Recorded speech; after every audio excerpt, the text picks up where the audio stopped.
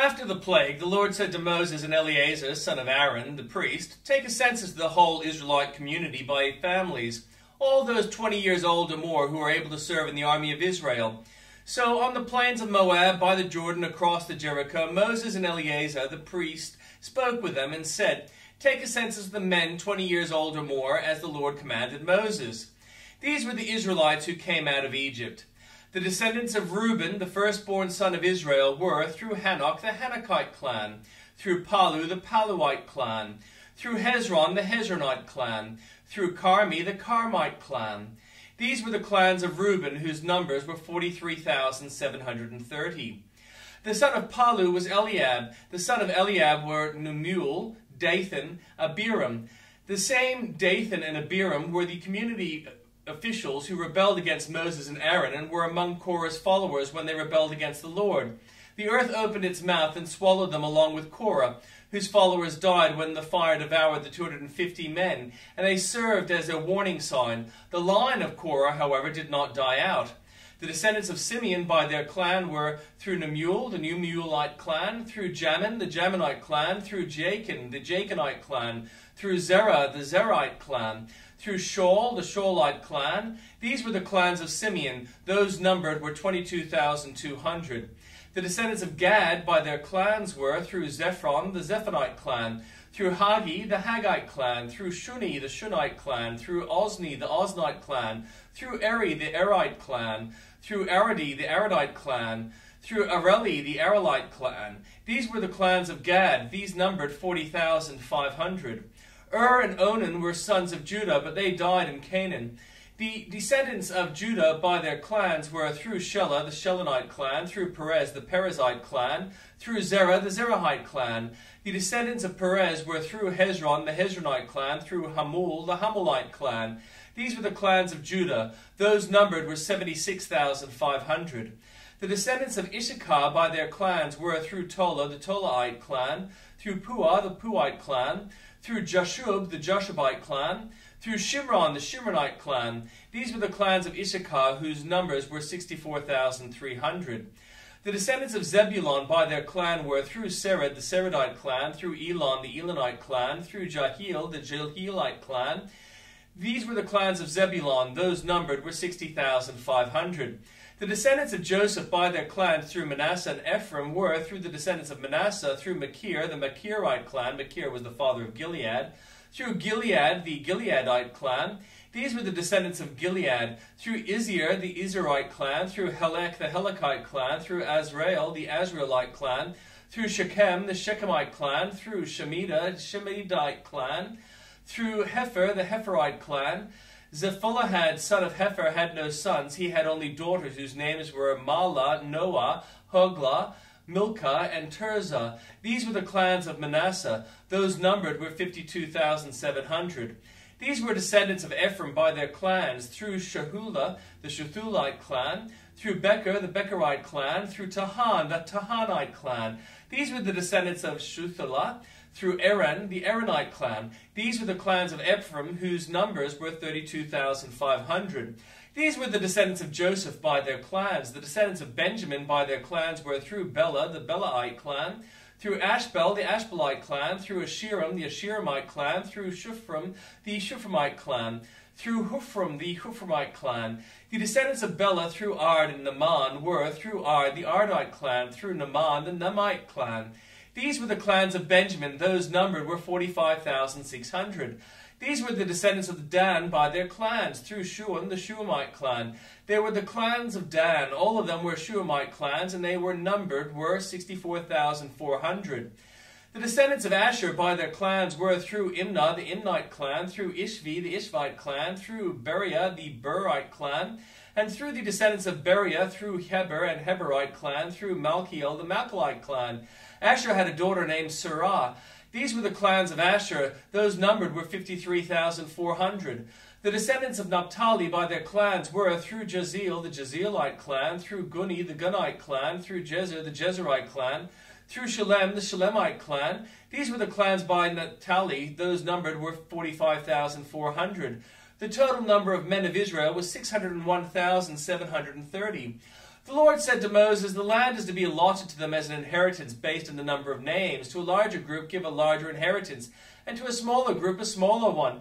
Each is to receive its inheritance according to the number of those listed. Be sure that the land is distributed by lot. What each group inherits will be according to the names for its ancestral tribe. Each inheritance is to be distributed by lot among the larger and smaller groups. There were the Levites who were counted by their clans, through Gershon, the Gershonite clan, through Kohath, the Kohathite clan, through Merari, the Merarite clan. These were also the Levite clans, the Libnite clan, the Hebronite clan, the Mahlite clan, the Mushite clan, and the Karahite clan. Kohath, who was the father of Amram, the name of Amram's wife was Jochebed, a descendant of Levi, who was born to the Levites in Egypt. To Amram she bore Aaron, Moses, and their sister Miriam. Aaron was the father of Nadab and Abihu, Eleazar and Ithamar. But Nadab and Abihu died when they made an offering before the Lord with unauthorized fire. All the male Levites a month old or more numbered 23,000. They were not counted along with the other Israelites because they received no inheritance among them. These are the ones counted by Moses and Eleazar the priest when they counted the Israelites in the plains of Moab by the Jordan across Jericho. Not one of them was among those counted by Moses and Aaron the priest when they counted the Israelites in the desert of Sinai. For the Lord had told those Israelites that they would surely die in the wilderness, and not one of them was left except Caleb, son of Jephunneh, and Joshua, son of Nun. The daughters of Zelophehad, son of Hepher, the son of Gilead, the son of Machir, the son of Manasseh, belonging to the clans of Manasseh, son of Joseph. The names of the daughters were Mahlah, Noah, Hoglah, Milcah, and Tirzah.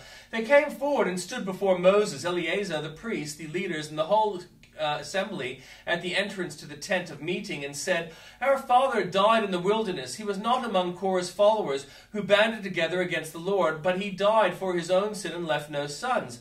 Why should our father's name disappear from his clan because he had no son? Give us property among our father's relatives.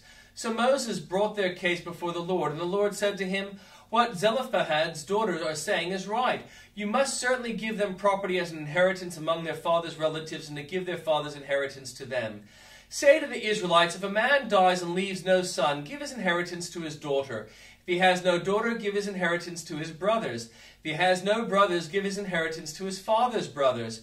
If his father had no brothers, give his inheritance to the nearest relative in his clan, that he may possess it. This is to have the force of law for the Israelites, as the Lord commanded Moses.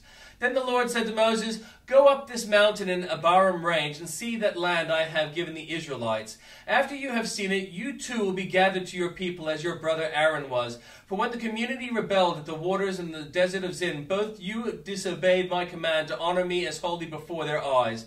These were the waters of Meribah Kadesh in the desert of Zin. Moses said to the Lord, May the Lord, the God who gives breath to all living things, appoint someone over this community to go out and come in before them, one who will lead them out and bring them in, so the Lord's people will not be like sheep without a shepherd. So the Lord said to Moses, Take Joshua son of Nun, a man in whom is the spirit of leadership, and lay your hands on him. Have him stand before Eleazar the priest and the entire assembly, and commission him in their presence. Give him some of your authority, so the whole Israelite community will obey him. He is to stand before Eleazar the priest, who will obtain decisions for him by inquiring of the Urim before the Lord. At his command, he and the entire community of the Israelites will go out, and at his command they will come in. Moses did as the Lord commanded him. He took Joshua and had him stand before Eleazar the priest and the whole assembly. Then he laid his hands on him and commissioned him as the Lord instructed through Moses. The Lord said to Moses, Give this command to the Israelites and say to them, Make sure that you present to me the appointed time my food offerings as an aroma pleasing to me. Say to them that this is the food offering you are to present to the Lord, 2 lambs a year old without defect as a regular burnt offering each day. Offer 1 lamb in the morning and the other at twilight, together with a grain offering of 1/10 of an ephah of the finest flour mixed with 1/4 of hin of oil from pressed olives. This is the regular burnt offering instituted at Mount Sinai as a pleasing aroma, a food offering presented to the Lord. The accompanying drink offering is to be 1/4 of a hin of fermented drink with each lamb. Pour out the drink offering to the Lord at the sanctuary. Offer the 2nd lamb at twilight, along with the same kind of grain offering and drink offering that you offer in the morning. This is a food offering, an aroma pleasing to the Lord. On the Sabbath day, make an offering of 2 lambs a year without defect, together with its drink offering, and a grain offering of 2/10 of an ephah of the finest flour mixed with olive oil. That is the burnt offering for every Sabbath, in addition to the regular burnt offering and its drink offering. On the first of every month present the Lord a burnt offering of 2 young bulls, 1 ram, and 7 male lambs, a year old, without defect. With each bull there is to be a grain offering of 3/10 of an ephah of the finest flour mixed with oil. With the ram a grain offering of 2/10 of an ephah of the finest flour mixed with oil. And with each lamb a grain offering of 1/10 of an ephah of the finest flour mixed with oil. This is for a burnt offering, a pleasing aroma, a food offering presented to the Lord. With each bull there is to be a drink offering of 1/2 a hin of wine. With ram 1/3 of a hin, and with each lamb 1/4 of a hin. This is the monthly burnt offering to be made at each moon during the year. Beside the regular burnt offering, with its drink offering, 1 male goat is to be presented to the Lord as a sin offering. On the 14th day of the first month the Lord's Passover is to be held. On the 15th day of this month there is to be a festival. For 7 days bread made without yeast. On the first day hold a sacred assembly and do no regular work. Present to the Lord a food offering consisting of a burnt offering of 2 young bulls, 1 ram, and 7 male lambs a year old, all without defect. With each bull offer a grain offering of 3/10 of an ephah of the finest flour mixed with oil. With the ram 2/10, and with each of the 7 lambs 1/10. Include 1 male goat as a sin offering to make atonement for you. Offer these in addition to the regular morning burnt offering. In this way, present the food offering every day for 7 days as an aroma pleasing to the Lord. It is to be offered in addition to the regular burnt offering, and it is a drink offering. On this 7th day, hold a sacred assembly and do no regular work. On the day of the first fruits, when you present to the Lord an offering of new grain during the festival of weeks, hold a sacred assembly and do no regular work. Present a burnt offering of 2 young bulls, 1 ram, and 7 male lambs, a year old, as an aroma pleasing to the Lord. With each bull there is to be a grain offering of 3/10 of an ephah of the finest flour mixed with oil. And with the ram 2/10, and with each of the 7 lambs 1/10, including 1 male goat to make atonement for you. Offer these together with their drink offerings in addition to the regular burnt offering and its grain offering. Be sure the animals are without defect. And the New Testament reading. During those days another large crowd gathered, since they had nothing to eat. Jesus called his disciples to him and said, I have compassion for these people. They have already been with me 3 days and have nothing to eat. If I send them home hungry, they will collapse on the way, because some of them have come a long distance.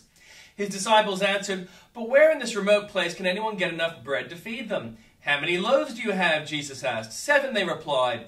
He told the crowd to sit down on the ground. When he had taken the 7 loaves and given thanks, he broke them and gave them to his disciples to distribute to the people. And they did so. They had a few small fish as well, and he gave thanks for them also and told the disciples to distribute them.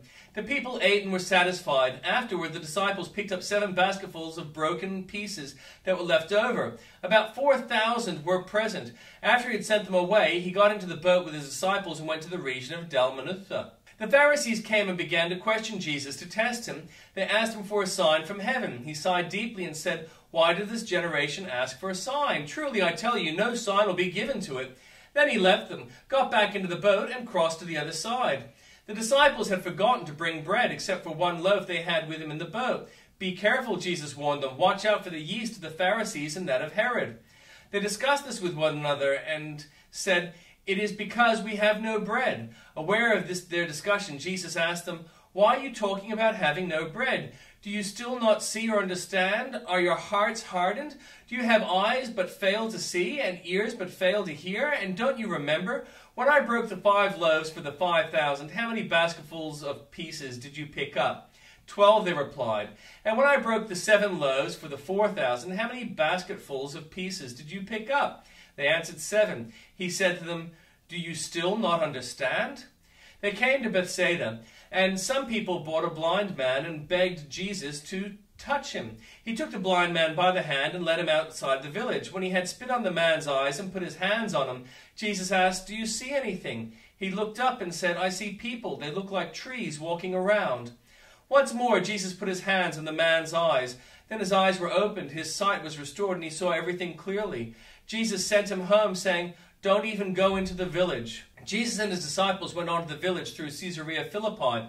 On the way, he asked them, Who do people say I am? They replied, Some say John the Baptist, others say Elijah, and some others one of the prophets. But what about you, he asked. Who do you say I am? Peter answered, You are the Messiah. Jesus warned them not to tell anyone about him. He then began to teach them what the Son of Man must suffer many things and be rejected by the elders, the chief priests, and the teachers of the law, and that he must be killed and after 3 days rise again. He spoke plainly about this, and Peter took him aside and began to rebuke him. But when Jesus turned and looked at his disciples, he rebuked Peter. "Get behind me, Satan," he said. "You do not have in mind the concerns of God, but merely human concerns." Then he called the crowds to him along with his disciples and said, "Whoever wants to be my disciple must deny themselves and take up their cross and follow me. For whoever wants to save their life will lose it, but whoever loses their life for me and for the gospel will save it. What good is it for someone to gain the whole world yet forfeit the soul? Or what can anyone give in exchange for their soul? If anyone is ashamed of me and my words in this adulterous and sinful generation, the Son of Man will be ashamed of them when he comes in his Father's glory with the holy angels."